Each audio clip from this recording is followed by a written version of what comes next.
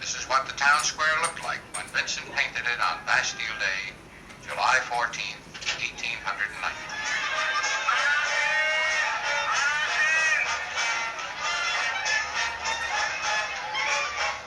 Still standing across the square is the cafe where Vincent Après, lived in Oban. vous y êtes là. Mais là, Dans pas le longtemps. verre.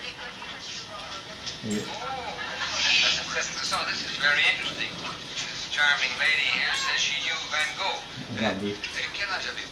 75 ans et demi. 75. Est-ce que j'ai l'air... Vous voilà. Oui.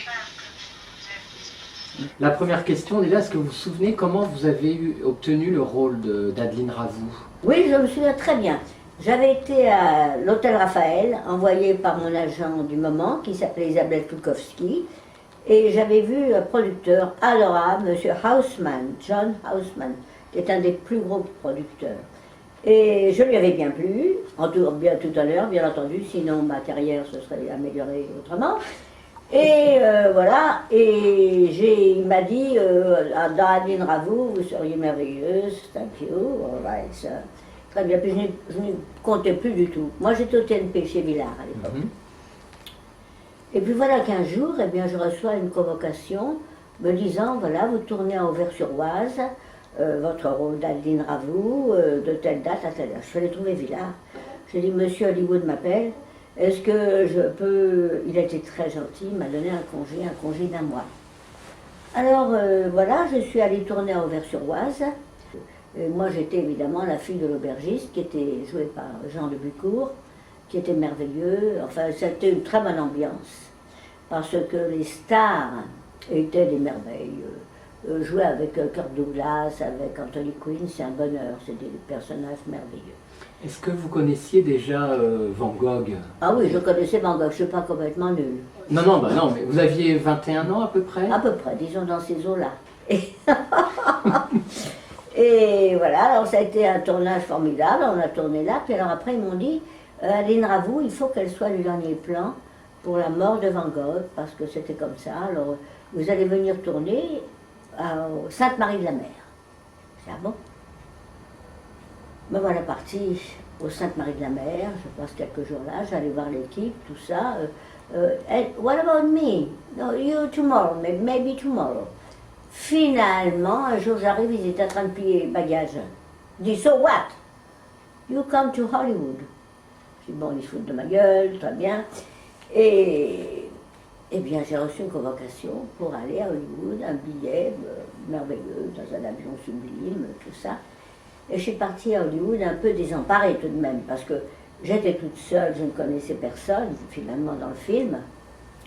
Et ils avaient beau être très aimables et tout, je dis, qu'est-ce qui va m'arriver là?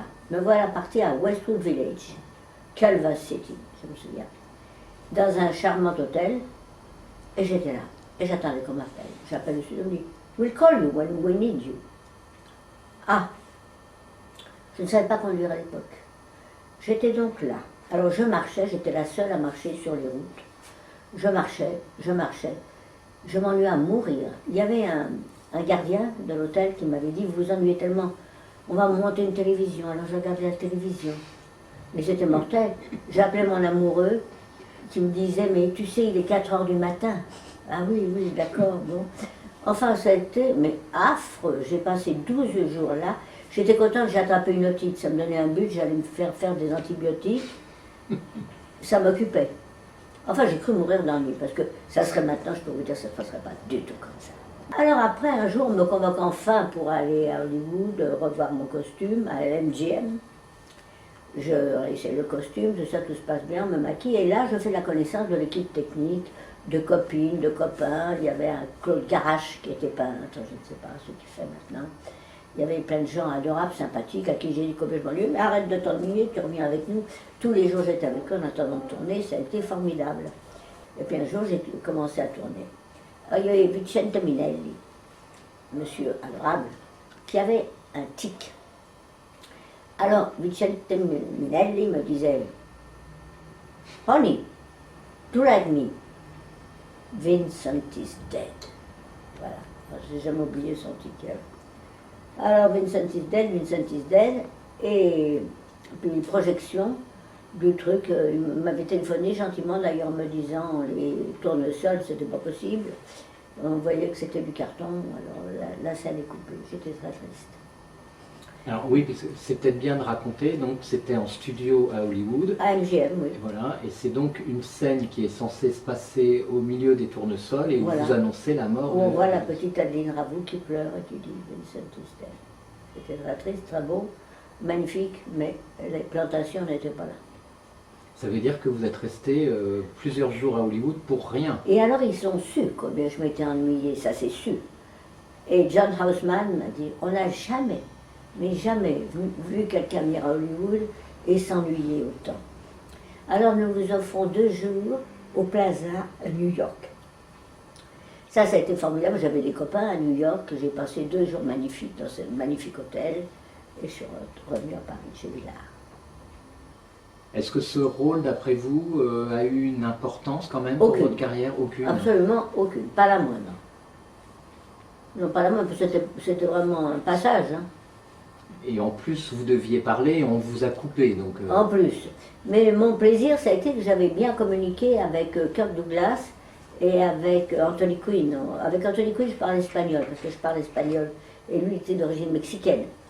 Alors je lui disais, il riait, je disais, me aburro como una ostra. C'est une expression espagnole pour dire je m'ennuie comme une huître. Et je l'ai revu 25 ans plus tard dans un cocktail. Je lui ai dit, vous vous souvenez de moi? Je vous disais, me aburro como... Ah si, me recuerdo, oui, oui. Très gentil et tout. Et Kirk Douglas était adorable, s'il était gentil. Ça, on riait bien, c'était des gens formidables. Mais même si c'était une silhouette, vous imaginez quand même, c'est sans doute le premier film hollywoodien tourné en décor naturel en France. C'est quand même un sacré événement pour vous. Je ne me rendais pas compte. Vous savez, on se rend compte de rien. Quand j'étais dans Jeux Interdits, on se disait, bon, on fait un petit film gentil avec ses enfants, tout ça, bon, mais... Et puis tout d'un coup, c'est à Venise et tout ça, le Grand Prix, et tout, on ne se rendait pas compte. Et quelquefois, on croit qu'on est dans un chef-d'œuvre, puis c'est une cata. Je ne peux pas savoir. Vous avez trouvé une différence de mise en scène et de direction d'acteurs entre Minelli et les autres Oui. dans ce film américain? Enfin, pour moi, pas mieux, parce que j'avais juste à dire Vincent Tisdale avec lui. Honey. Vincent Tisdale. Do you like me, honey? Vincent Tisdale. Alors je me reconnais. Vincent Tisdale. Ceci dit, il s'appelait Vincente. Hein. Mais je ne savais pas. Je ne savais pas que j'avais affaire. Je ne me rendais pas compte à l'époque que j'avais affaire à un type qui avait fait les plus grandes comédies musicales, tout le machin, père de Judy Garland, tout ça, c'était. Mais donc je n'étais pas du tout intimidée, je n'étais pas impressionnée.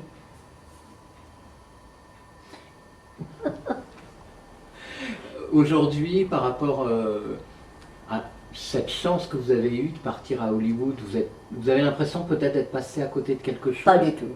Non, c'était écrit comme ça. Moi, tout est écrit pour moi. Je passe à côté de rien du tout. Comment vous avez trouvé le film lors de sa projection? Très bien, je crois.